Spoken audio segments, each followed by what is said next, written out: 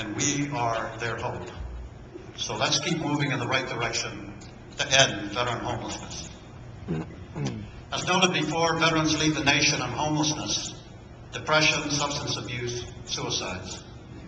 They also rank up there in joblessness. If we want to end veteran homelessness, we must attack the entire downward spiral that ends in homelessness. We must offer education, jobs, treat depression, fight substance abuse, prevent suicides, provide safe housing. First, education. The new post-9/11 GI Bill provides a powerful option for qualified veterans to pursue a fully funded degree completion program at a state university or college of their choice. It also offers an option for private institutions to participate on a funds matching basis with VA. While the new GI Bill is a huge education component in the fight against veteran homelessness, what it lacks is an equally robust vocational training program. Not every young veteran wants to spend 4 years pursuing a college degree, and we should accept that. They might be interested, however, in learning a trade that would get them into the tax-paying workforce sooner. Jobs. VA puts veterans first in both its hiring and its contracting. 30% of VA's workforce consists of veterans. Last year, in a survey conducted by the Society for Human Resource Management, over 90% of employers said they value veteran skills, in particular, their strong sense of responsibility and teamwork. We know that veterans hire veterans because they know what they're getting. And so VA puts veterans first in contracting awards. In FY 2008, $1.65 billion in VA contracts went to service-disabled, veteran-owned small businesses. We encourage other agencies to meet and exceed the minimum target of contracting at least 3% of their procurement dollars with service-disabled veterans. And VA is going to raise its numbers this year.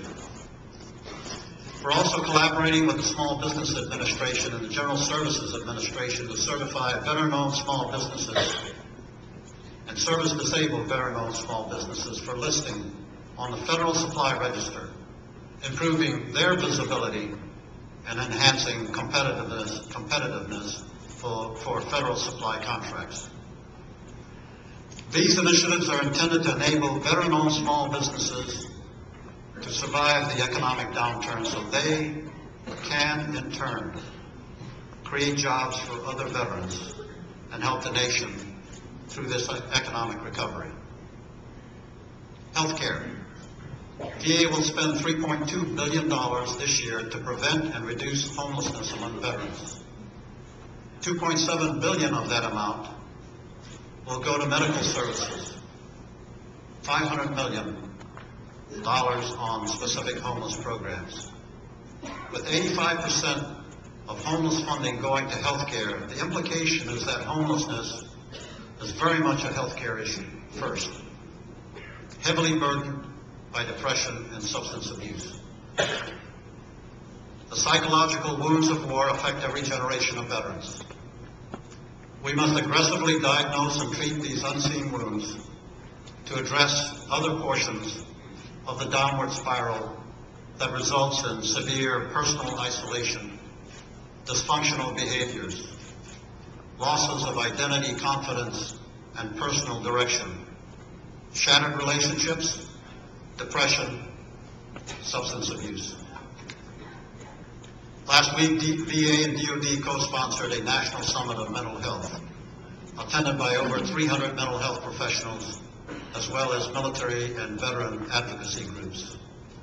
Out of that summit will come a consensus report and a plan for better coordinating VA and DoD mental health efforts, two large hospital systems.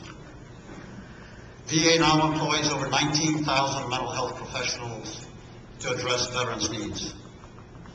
We know that if we diagnose and treat, people usually get better. And if we don't, they won't, and sometimes their problems become debilitating. We understand the stigma issue. but we are not going to be dissuaded. We're not giving up on any of our veterans with mental health challenges, and definitely not the homeless. Housing. Healthcare alone will not end homelessness. We need additional housing to take in those who slip through our safety nets. When we talk about housing homeless veterans, we usually talk in terms of beds, a bed count. We currently partner with more than 600 community organizations, most of them in the room today. They manage roughly 16,000 transitional housing beds across the country. That includes the 1,155 new beds funded last month with more than $17 million in new VA grants. We expect some 20,000 veterans, homeless veterans, to pass through this program in FY 2010, and we intend to grow it over the next 5 years.